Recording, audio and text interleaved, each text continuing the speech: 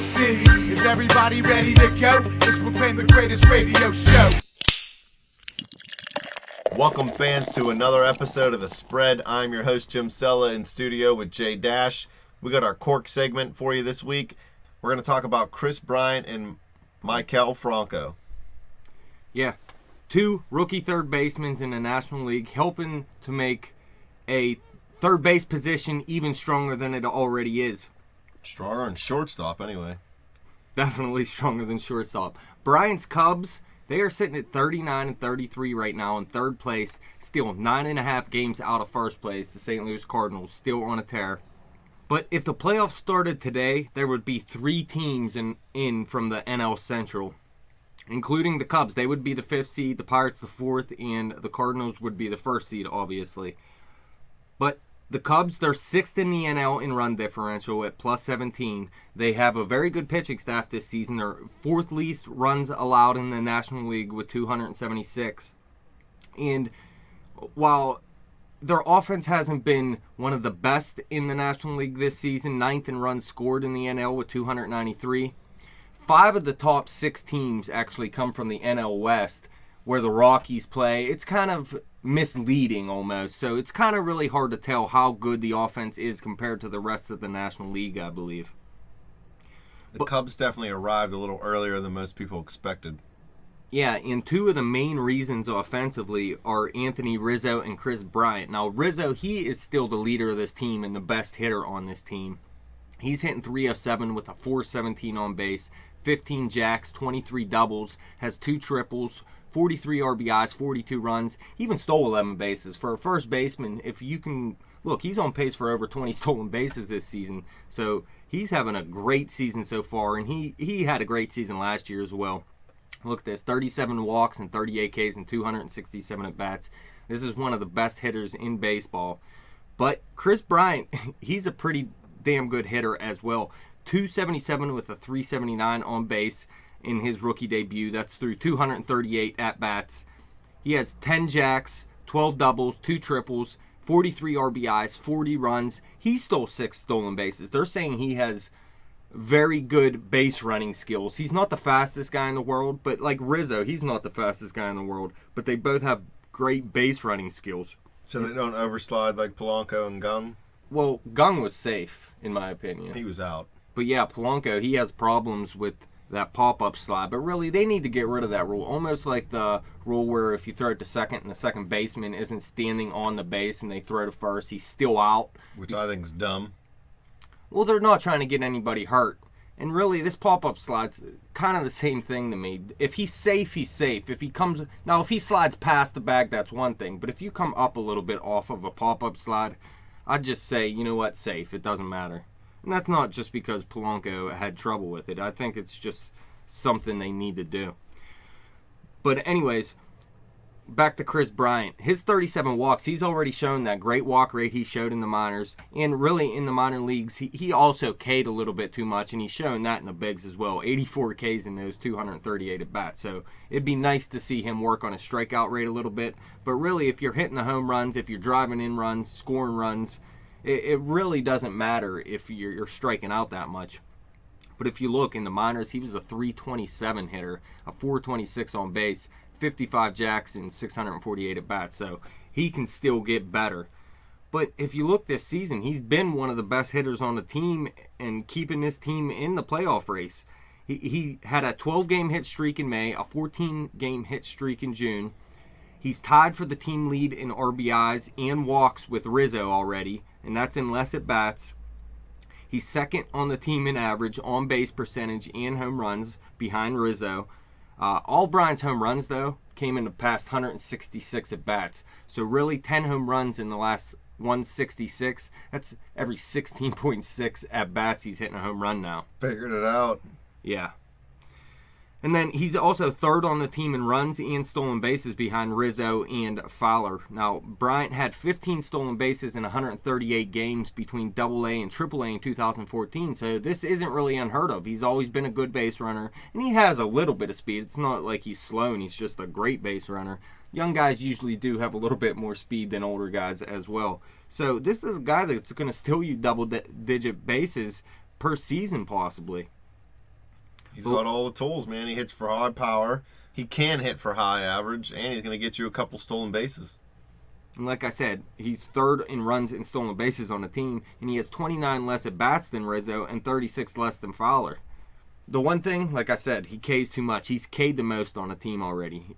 He has 206 Ks and 648 at bats in the minors. So this is something you have to expect from him, and he may never figure it out and really drop his K rate, and it doesn't matter that much, but if he did, he'd take his game to a whole nother level and be a once in a lifetime type player. But he's still projected 23 jacks, 97 RBIs, 90 runs, 14 stolen bases, 83 walks with 189 Ks. So he's still projected to have a great rookie season, and really one of the biggest rookie seasons since maybe Trout. Puig had a pretty big rookie season as well. And then there's the question of defense. Now, he's played 63 games at third base, started 62 of those. 3 games in left field, and one of those started. And then he played 2 games in center field as well, started one of those. Now, the Cubs, they have a ton of prospects, and they got to figure out where these guys are going to play. Right now, they have Rizzo, Addison Russell, Kris Bryant, and Starlin Castro in the infield, plus Miguel Montero catching. And then they have Kyle Schwarber for catcher possibly in the future unless he moves to outfield. But they also have Javier Baez for the infield. They have Dan Vogelbach, a pretty good prospect first baseman. So it's possible that Kris Bryant actually moves to left field or right field soon if Baez comes up. He could actually move to third base. He's not going to move to the outfield. Or he could play second base. Addison Russell could move to third base. But there is also the possibility, listen, Starlin Castro has never lived up to his potential. He's hitting 260 this season, a 293 on base. Now, the 5 home runs and 4 stolen bases isn't bad for a shortstop because shortstop's weak. But really, they can move on from him, move Russell to shortstop because he's originally a shortstop, and then have Baez at second and keep Bryant in the infield at third base if they wanted to. Are they going to want to make all those moves this year, or is that something they would probably do in the offseason into next year? Well, listen, Baez, he is on the minor league DL right now. He was out for 6 weeks. It's been a while now, though, so he could be back in a few weeks, and he's about ready for the bigs. But he's a guy that strikes out a little bit too much, and it's probably going to keep his average down. So they may keep him down a little longer, but it seems like he's ready, and that's just the type of player he is. And when he comes up, he's going to have to stay in the infield. So it looks like Bryant may have to move to the outfield. The bigger question is, what is Kyle Schwarber going to do? Is he going to stay at catcher, or is he going to have to move to the outfield too? Because you got outfield prospects as well, and Billy McKinney and Albert Almora. Plus, you got Jorge Soler on the DL. You got Dexter Fowler out there now playing pretty well baseball for him. So you got a lot of outfielders too. So they have a lot of weapons. Trade some of these people to the Pirates. That's the thing. Well, I don't know about to the Pirates, but what they need to do is start figuring out who is in their long-term plans and who isn't. Now, Kris Bryant is going to be in their long-term plans, no doubt. But figure out who's in their long-term plans, and really, they're in it. Trade these guys. Go get some beast mode players, and you can actually make a run for the World Series. It's a good problem for Joe Madden to have. But right now, they are currently in a series with St. Louis. They lost the first game 3-2. Stupid Cardinals. Obviously, they're on a 3-game losing streak. And Kris Bryant has actually been struggling the past few games, but I expect him to pick it back up soon. And I really think they can stay in it as long as their pitching keeps pitching as well as they have, because with Rizzo and Bryant, and I mean some of these younger guys, Addison Russell has been a little bit better recently. Starlin Castro isn't great, but like I said, no shortstops in baseball are that great. So they have a chance to stay in it. I still don't see it happening, but Kris Bryant and Anthony Rizzo, those two are probably already the best infield corner position combo in baseball. Believe it.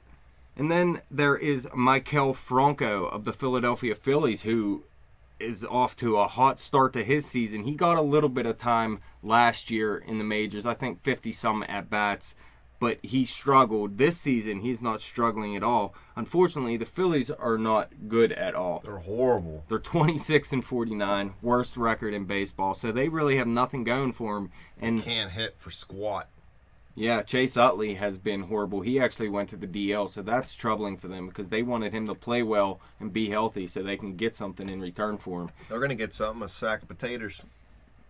For real. And Maikel Franco, he's really the start of the new era for Philadelphia. He's the one. I wouldn't say he's the one, but he's the best young player that has made it to the big so far. They have J.P. Crawford, one of my favorite prospects in baseball. This is actually a relative of Carl Crawford. He is going to be a beast. I think he's better than Maikel Franco. But the way Franco's playing this season, this guy is going to be a cornerstone piece to this franchise. He's hitting .303 with a .350 on base, 10 jacks already in 152 at bats, 9 doubles, a triple, 29 RBIs, 23 runs.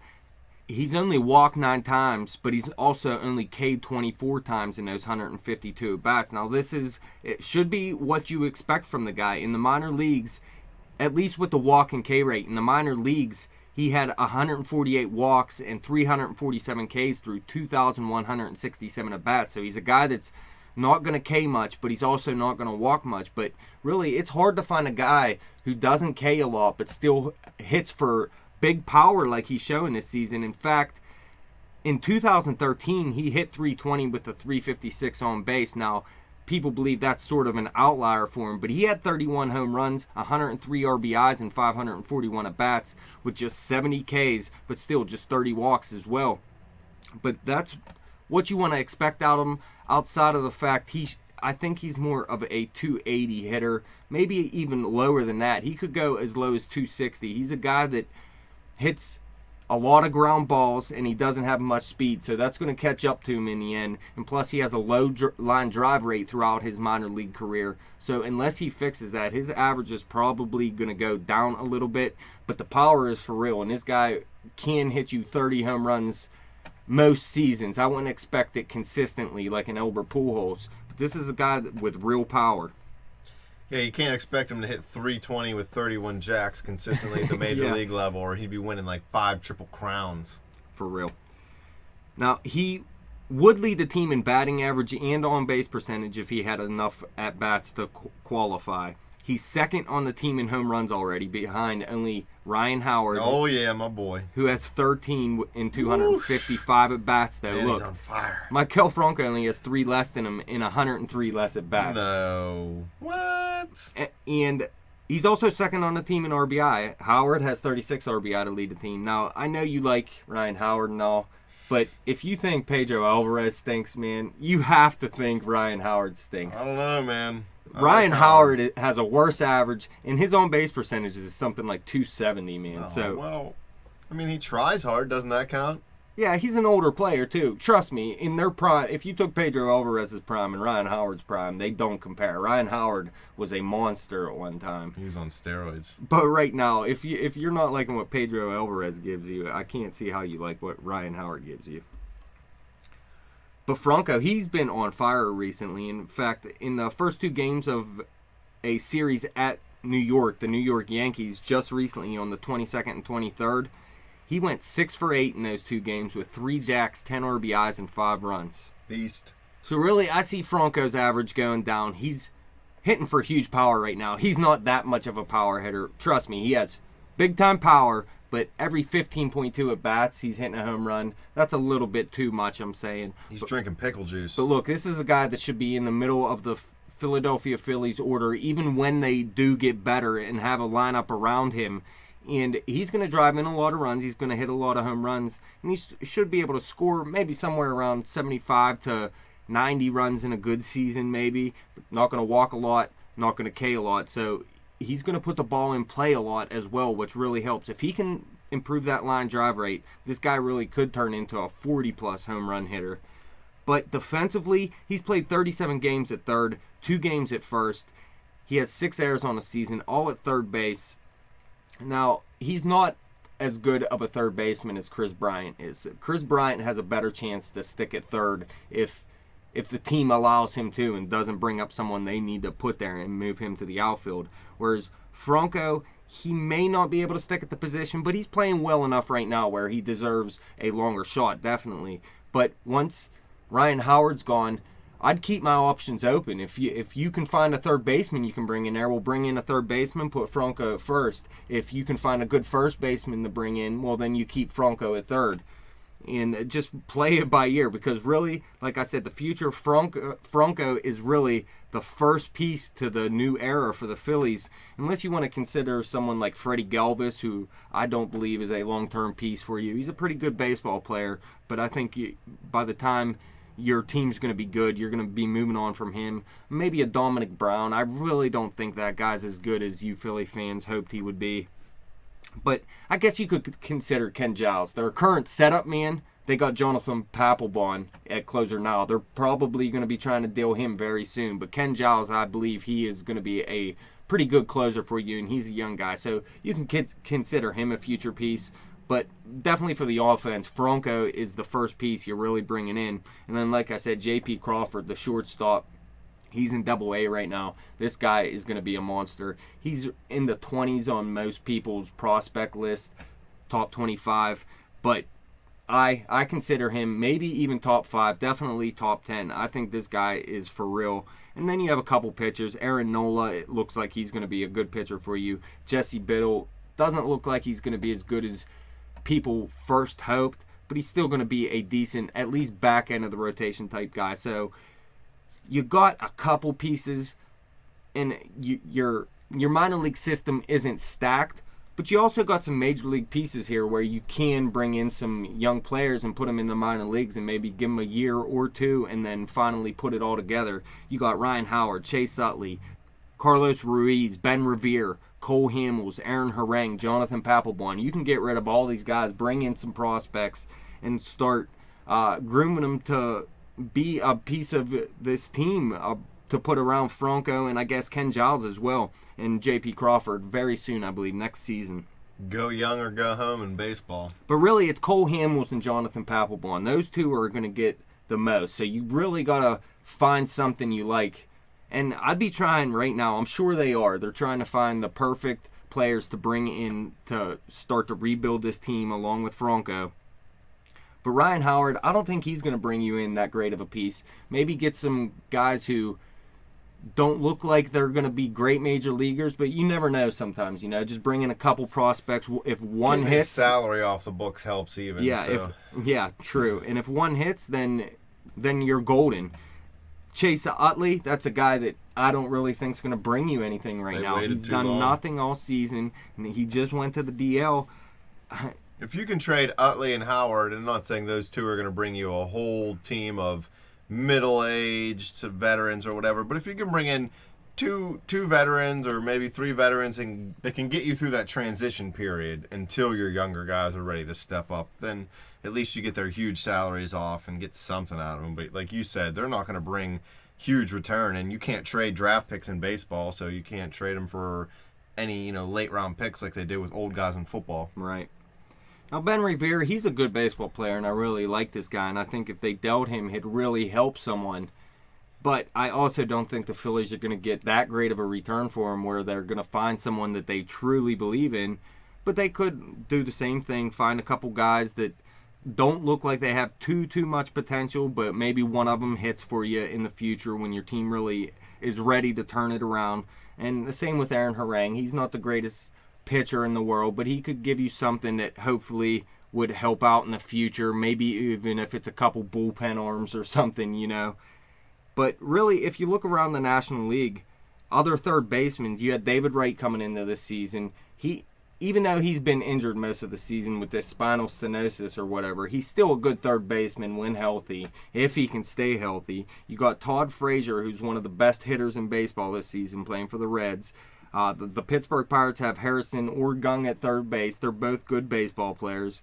The Cardinals have Matt Carpenter. He's a very good baseball player. And then the Washington Nationals coming into the season had Anthony Rendon lined up as their third baseman. I believed he was the best third baseman in the game coming into the season. Now, he got injured missed most of the beginning of the season, and they played Yunel Escobar at third base, and he's having a great season at third base. So when they brought Rendon back, he's now playing second.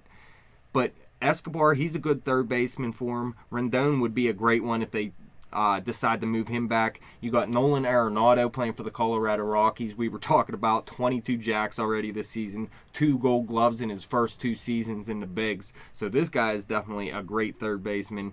Martin Prado, he's always been a solid baseball player, and he's a pretty decent third baseman as well, playing for the Miami Marlins. Juan Uribe, this guy's a former Gold Glover. He started the season with the Dodgers, came over to Atlanta in the trade, and he's been hitting the ball very well for him. In fact, hit a home run against the Pirates yesterday. And while he went from L.A. to Atlanta, L.A. replaced him with the Justin Turner, who was playing more of a utility role for him earlier in the season. He was great last year, and he's shown it again this year. So there's another third baseman, and he's supposed to be just holding down the position until your Cuban all-star, your boy Hector Oliveira comes up, and he looks like he's going to be a pretty good player as well. And then Arizona has Jake Lamb. He's a young guy, started off real hot, but he's cooled down a little bit recently, but I expect him to be a good third baseman too. So really, we were talking a couple years ago, Pedro's big year in 2013 at third base. Third base was a weak position that year, if you remember. That's why he looks so good. Well, no, 36 home runs and 100 RBIs, you can't argue with. But other than him and a couple other people, Matt Carpenter was still there. David Wright was obviously there. And Frazier didn't break out that season yet. So it was a weak position. Now there's all these third basemen in the National League, and Franco and Kris Bryant are just adding to it. And really, in the end, Franco and Bryant could be in the top 5 of all these third basemen. In fact, Bryant could end up being number 1. Franco in the top 5. That is if they stick at these positions. Franco might end up at first base. Kris Bryant might end up in the outfield. So we'll have to see. But there's still Todd Frazier and Anthony Rendon if he would move back to third. And Nolan Arenado, who they would have to outdo as the top third baseman in baseball still. Gotta love baseball. It takes all their great players and moves them to different positions. Football finds a great player. They don't dare move them. You have to suck to get moved to a different position in football. Unless you're Cordell Stewart.